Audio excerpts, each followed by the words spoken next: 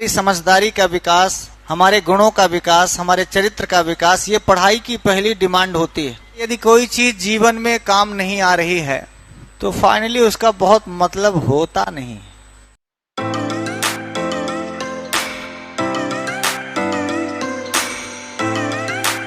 में भर्तृहरि सज्जनों का स्वभाव बताएंगे, सज्जनों का चरित्र, सज्जनों का गुण। क्यों सज्जन कैसे होते हैं, सज्जनों की परिभाषा क्यों, यदि इसको हम लोग जान लेंगे तो हम लोगों में यदि सज्जनता होगी तो भी पता चल जाएगा और नहीं होगी तो लाने का प्रयास करेंगे। क्यों, तो केवल इस दृष्टि से नहीं पढ़ना है टोपी वाले भैया कि परीक्षा में क्या आएगा, इस दृष्टि से पढ़ना है कि अभी जब हम पढ़ रहे हैं तो अभी तत्काल में हमारे किस काम आएगा, झटित तुरंत हमारे जीवन में कहां काम आएगा। और एक चीज जान लीजिए, यदि कोई चीज जीवन में काम नहीं आ रही है तो फाइनली उसका बहुत मतलब होता नहीं।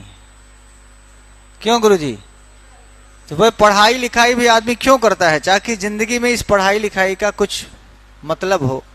देखिए गांव में जब आप कुछ गड़बड़ काम करते हैं ना तो गांव के अनपढ़ गंवार लोग भी कह देते हैं कि यह तो इलाहाबाद में पढ़े गए हैं, यह पढ़ते हैं।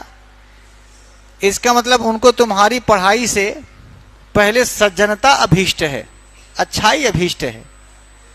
यदि पढ़ा लिखा आदमी भी मूर्खतापूर्ण आचरण करता है या गाली गलौज करता है या मारपीट करता है तो गांव के लोग उसको बहुत अच्छा समझते नहीं।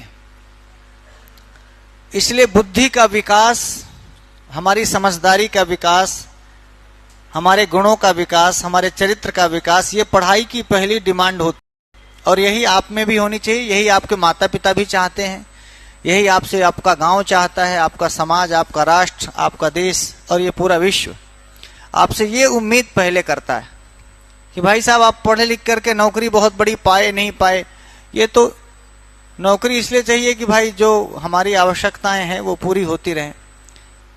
हमको तेल नून रोटी सब्जी चाहिए, वो बिना पैसे नहीं संभव है, शायद इसीलिए सबको नौकरी चाहिए। वरना देख लीजिए रतन टाटा जी अभी 2-3 दिन पहले खत्म हुए, हजारों, अब कितनी मतलब उनकी संपत्ति की गणना करना भी हम जैसे लोगों के लिए बहुत छोटी बात होगी।